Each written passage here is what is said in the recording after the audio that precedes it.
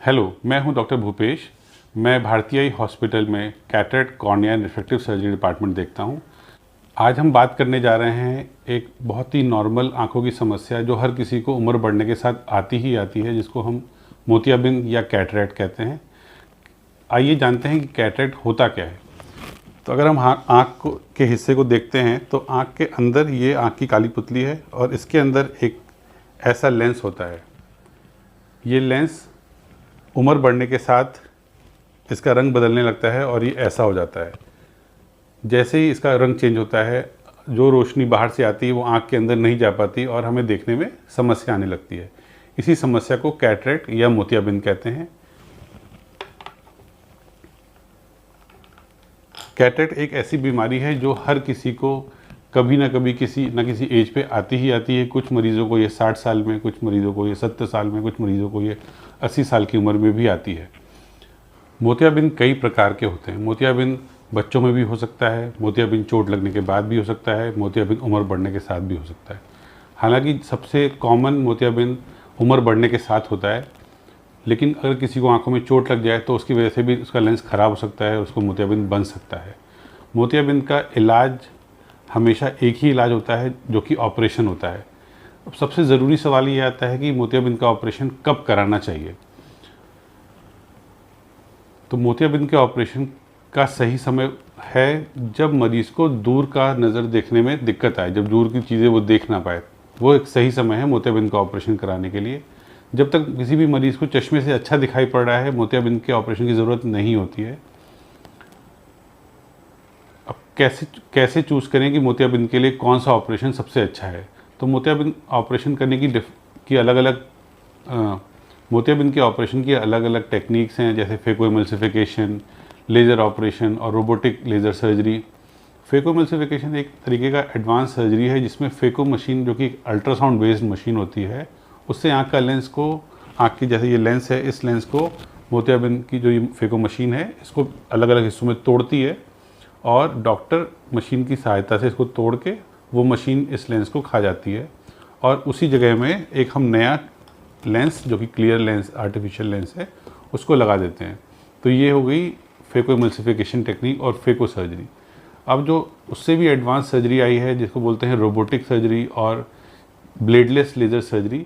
इसको ब्लेडलेस इसलिए बोलते हैं कि लेज़र सर्जरी में कोई भी ब्लेड का इस्तेमाल नहीं किया जाता है। सारा काम लेज़र मशीन करती है, लेज़र ही काली पुतली में कट लगाती है, लेज़र ही मोतियाबिंद को छोटे छोटे टुकड़ों में तोड़ देती है।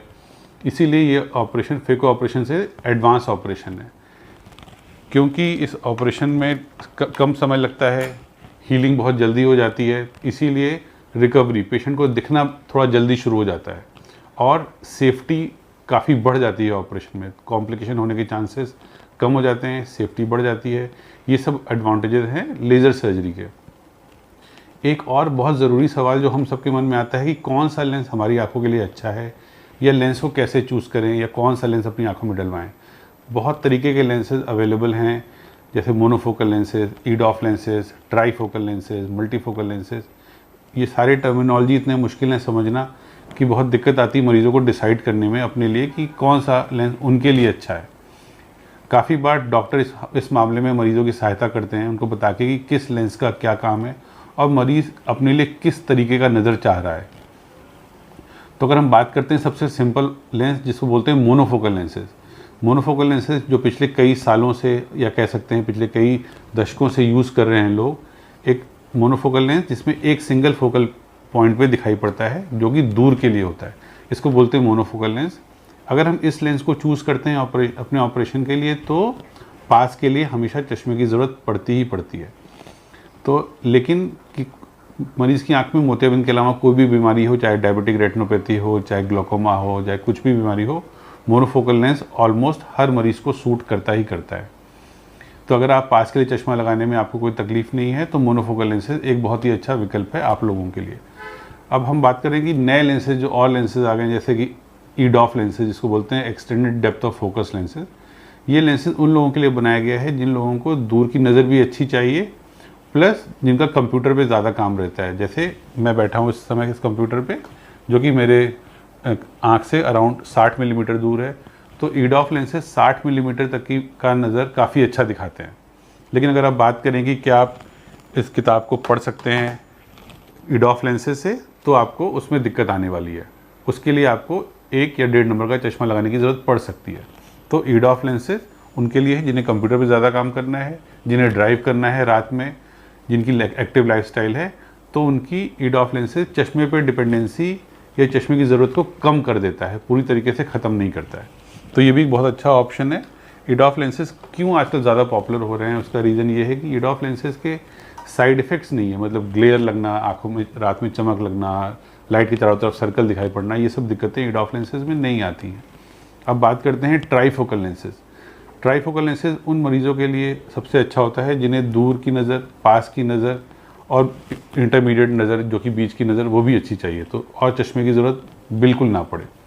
लेकिन हालांकि ये लेंस सब चीज़ों को पूरा करता है, दूर भी अच्छा दिखाता है, पास का नज़र भी अच्छा कर देता है, लेकिन इस जो भी ये लोग चूज़ करते हैं, जो भी लोग इस लेंस को चूज़ करते हैं, उन लोगों को काफ़ी बार रात में ड्राइविंग में दिक्कतें आती हैं, या उनको लाइट की चारों तरफ हेलोज दिखाई पड़ते हैं या रिंग्स दिखाई पड़ती हैं। तो ये एक लिमिटेशन है। हालांकि ये ऑप्शन उन लोगों के लिए बहुत अच्छा है जिनको घर में ज़्यादा रहना है, जिनको रात में ड्राइव नहीं करना है, स्पेशली फॉर हाउस वाइफ या ओल्ड पेशेंट जो जिनका लाइफस्टाइल उतना एक्टिव नहीं है, उनके लिए बहुत अच्छा लेंस है, उसको भी चूज़ किया जा सकता है। तो आपको अपनी ज़रूरत के हिसाब से अपने लेंसेज चूज़ करने चाहिए।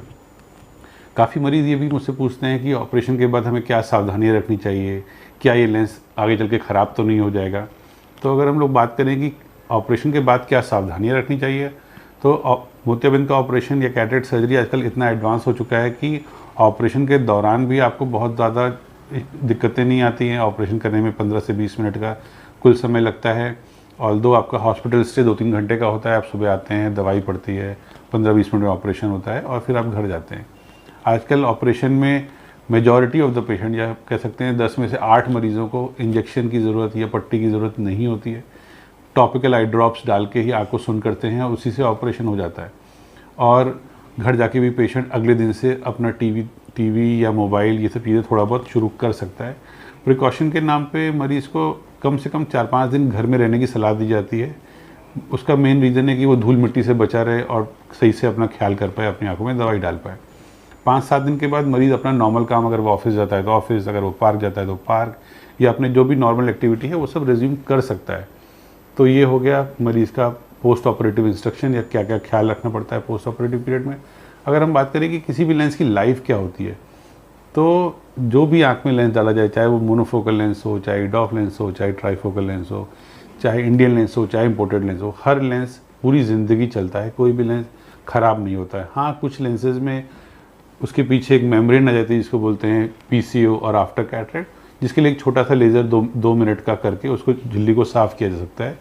और ये झिल्ली भी सिर्फ लाइफ में एक बार ही बनती है। अगर आपने एक बार झिल्ली साफ़ करवा ली डॉक्टर से, तो ये दोबारा नहीं बनेगी।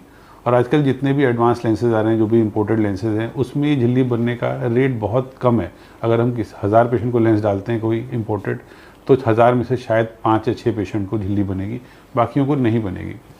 तो इसलिए आजकल जो भी अच्छे लेंसेज हैं वो सब सूट कर सकते हैं आपको, बशर्ते आपको डिसाइड करना है कि आपको कब ऑपरेशन कराना है। ऑपरेशन करने में बहुत डिले नहीं करना चाहिए।